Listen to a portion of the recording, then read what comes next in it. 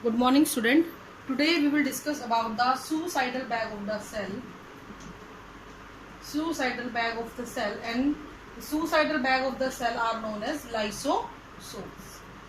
ठीक है, ये बॉडी, ये जो लाइसोसोम होते हैं ये स्मॉल वेसिकल शेप्ड स्ट्रक्चर होती है which contain various hydrolytic enzymes. इनके पास हाइड्रोलाइटिक एंजाइम्स की भरमार होती है. लगभग 40 के करीब एंजाइम्स पे पाए जाते हैं लाइसोसोम के अंदर. It is also known as scavenger of the cell.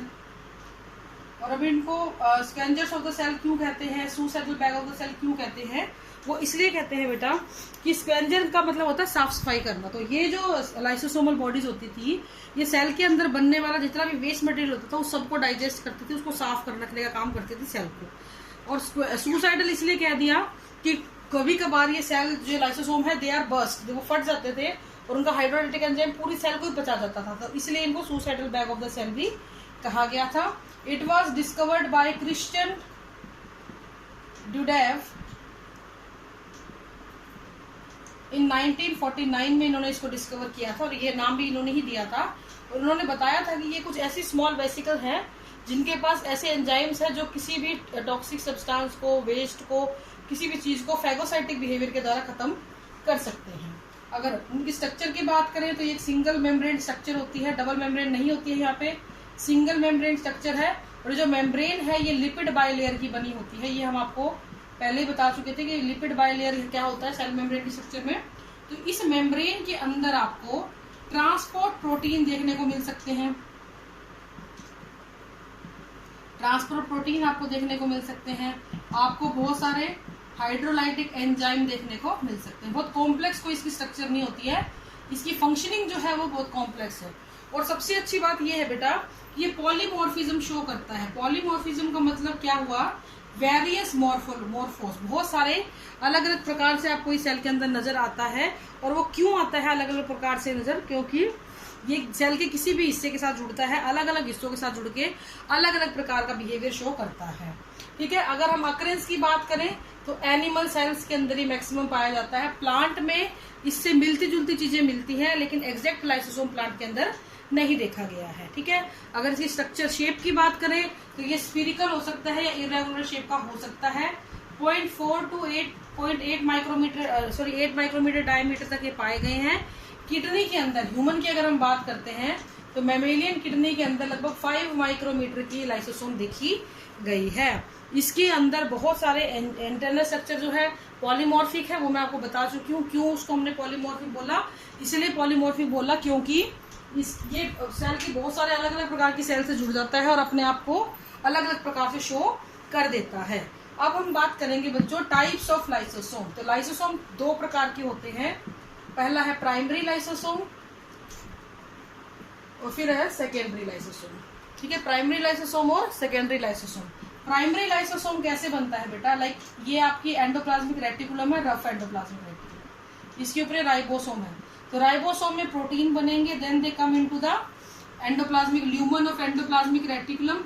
यहाँ से ये ल्यूमन से फिर गोल्गी बॉडी में जाएंगी. गोल्गी बॉडी के अंदर इस प्रोटीन को या एंजाइम को एनक्लोज किया जाएगा और एक वेसिकल की तरह इसको पिंच आउट कर दिया जाएगा. इस तरीके से ये तैयार होता है. तो 3 और ऑर्गेनेल्स राइबोसोम, एंडोप्लाज्मिक रेटिकुलम और गोल्गी बॉडीज को हेल्प करते हैं प्राइमरी लाइसोसोम को बनाने में. प्राइमरी लाइसोसोम में एक स्टोरेज ग्रेन्यूल की तरह इसको हम बांध सकते हैं, इसके अंदर बहुत सारे एंजाइम स्टोर है, दैट्स इट. लेकिन अगर हम सेकेंडरी लाइसोसोम की बात करें तो सेकेंडरी लाइसोसोम काफी हद तक मॉडिफाई हो चुका होता है. जब ये किसी और ऑर्गेनेल्स के साथ या और चीजों के साथ प्रेजेंट हो दिखे आपको सेल के अंदर तो इसको हम सेकेंडरी लाइसोसोम बोल देते हैं. लाइक हो सकता है ये रेजिडुअल अनडाइजेस्टेड फूड के साथ मिले, हो सकता है ये सेल के खुद के किसी ऑर्गेनेल के साथ मिले, सेल ऑर्गेनेल्स के साथ मिले, हो सकता है ये आपको किसी सॉलिड या लिक्विड वेस्ट के साथ मिले. ठीक है, तो इस तरीके से ये अनडाइजेस्टेड फूड यहाँ पे होता है या पार्शियली डाइजेस्ट भी हो सकता है. तो इस तरीके से 3 प्रकार से अलग अलग तरीके से मिल सकता है, इसीलिए इसको हमने 3 हिस्सों में बांट दिया है. तो रेजिडुअल फूड क्या होता है बेटा, रेजिडुअल फूड का मतलब होता है कोई बचा हुआ खाना बच गया. तो ऐसी वेसिकल्स को हम लोग बोलते हैं रेजिडुअल वेसिकल या रेजिडुअल वैक्यूल या रेजिडुअल लाइसोसोम. जिसमें अनडाइजेस्टेड फूड है। और एक चीज हमेशा ध्यान रखना, अगर आपको किसी भी सेल के अंदर बहुत ज्यादा रेजिडुअल लाइसोसोम मिल रही है ना, तो अंडरस्टूड है, बेसिक अंडरस्टैंडिंग है कि पक्का उस सेल के अंदर मैक्सिमम नंबर ऑफ एजिंग आनी शुरू हो गई है, यानी the cell is undergoing into the process of ageing.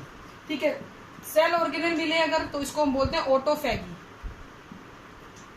Auto मतलब सेल, फैगी मतलब टू ईट, अपने आप को ही खाना। अगर जिस सेल के अंदर ये रह रहा है उसी सेल के कोई ऑर्गेनल, लाइक माइटोकॉन्ड्रिया इसके अंदर मिल गया, क्लोरोप्लास्ट मिल गया, या कोई और ऑर्गेनल मिल गया, तो उसको हम क्या बोलते हैं बेटा? ऑटोफैगी बोलते हैं।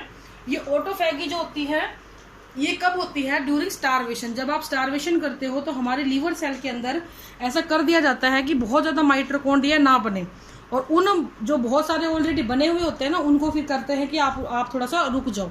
तो ये जो एक प्रोसीजर होता है, इसके लिए क्या किया जाता है? नंबर ऑफ स्टारवेशन के दौरान आपकी बॉडी में ग्लूकोज कम होता है, उस कम ग्लूकोज को अगर आपने मेंटेन करके रखना है, नंबर ऑफ माइटोकॉन्ड्रिया आपको घटाने पड़ेंगे।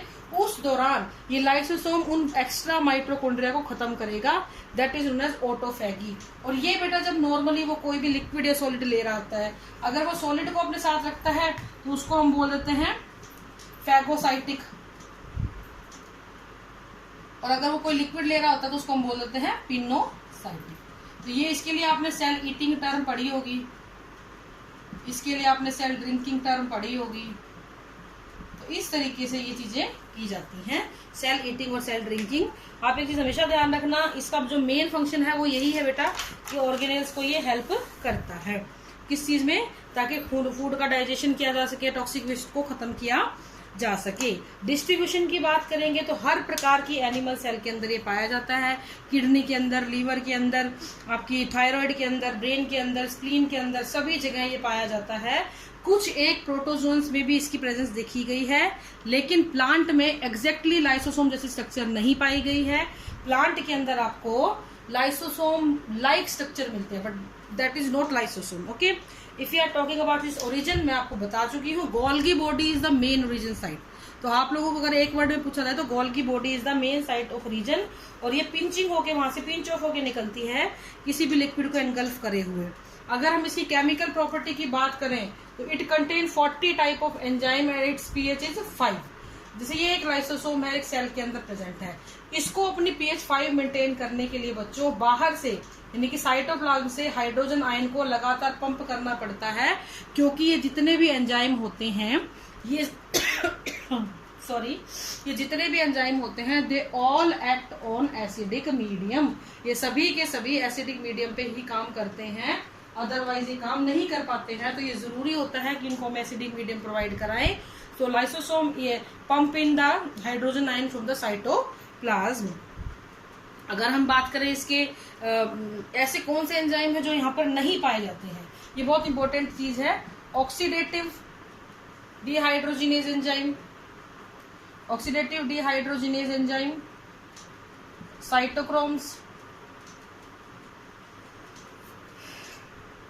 साइटोक्रोम और डिहाइड्रोजिनेज, ये सभी एंजाइम जो है इसके अंदर एब्सेंट होते हैं। Cytochrome oxidase enzyme, sorry oxidase enzyme, तो ये इस प्रकार के एंजाइम यहाँ पे नहीं पाए जाते हैं, इनकी आवश्यकता नहीं है, इनको याद रख लेना क्योंकि ये नीट में पूछा जा सकता है, पीएच पूछी जा सकती है, नंबर ऑफ एंजाइम पूछे जा सकते हैं। तो बेसिकली अगर हम लाइसोसोम की बात करते हैं तो ऑल एंड ऑल आपको ये बस ये समझना है कि जब भी किसी सेल को कोई प्रेशर आता है, कोई टेंशन आती है, तो वो सेल एजिंग में जाएगी। एजिंग में जाने के बाद वो धीरे धीरे खत्म होना शुरू होती है, मैच्योरिटी होगी, खत्म होनी शुरू हो जाएगी। अब जब वो खत्म हो रही है ना, तो लाइसोसोम खुद ही धीरे धीरे बहुत सारे ऑर्गेनेल्स को खत्म करना शुरू कर देते हैं, तो इसीलिए इसको suicidal bag of the cell बोलते हैं। But during the maturation time, जब ये सेल मैच्योर हो रही होती है, उस दौरान बहुत सारी चीजें इसमें करने वाली होती हैं, बहुत सारे प्रोसेस इसमें चल रहे होते हैं, बहुत सारे मेटाबॉलिक वेस्ट यहाँ पे बन रहे होते हैं, तो उन वेस्ट को भी काउंटर करना जरूरी होता है। और उसके लिए क्या किया जाता है बेटा? उसके लिए यही किया जाता है कि जितनी भी ये सेल्स होती हैं, इन सभी की सभी जो सेल के ऑर्गेनेल्स हो रही होते हैं, उनके जो टॉक्सिक वेस्ट होते हैं, उन सभी के सभी को लाइसोसोम अपने अंदर ले लेगा और उनको खत्म कर देगा। तो जब ऐसा होता है तो उसको हम लोग बोलते हैं हेटेरोफैगी। देखो ये वाला जो था ना, मैं यहाँ लिखना भूल गई हूँ, इसको हम लोग बोलेंगे हेटेरोफैगी। तो अगर वो कुछ खाए पिए या टॉक्सिक वेस्ट को रिमूव कर रहा है तो हेटेरोफैगी, खुद ही के सेल ऑर्गेनेल्स को खत्म कर रहा है तो ऑटोफैगी, और अगर कोई रेजिडुअल अनडाइजेस्टेड फूड मिल रहा है तो रेजिडुअल वैक्यूल, ठीक है। तो इस प्रकार से हम लोग बेटा इसके बारे में पढ़ते हैं। होप आपको समझ में आया होगा। क्यों इसको स्क्वेंजर बोला, क्योंकि साफ सफाई करता है। क्यों सुसाइडल बोला, क्योंकि कभी कभी सेल को मारने का काम भी करता है। So this is all for today. Thank you and have a nice day.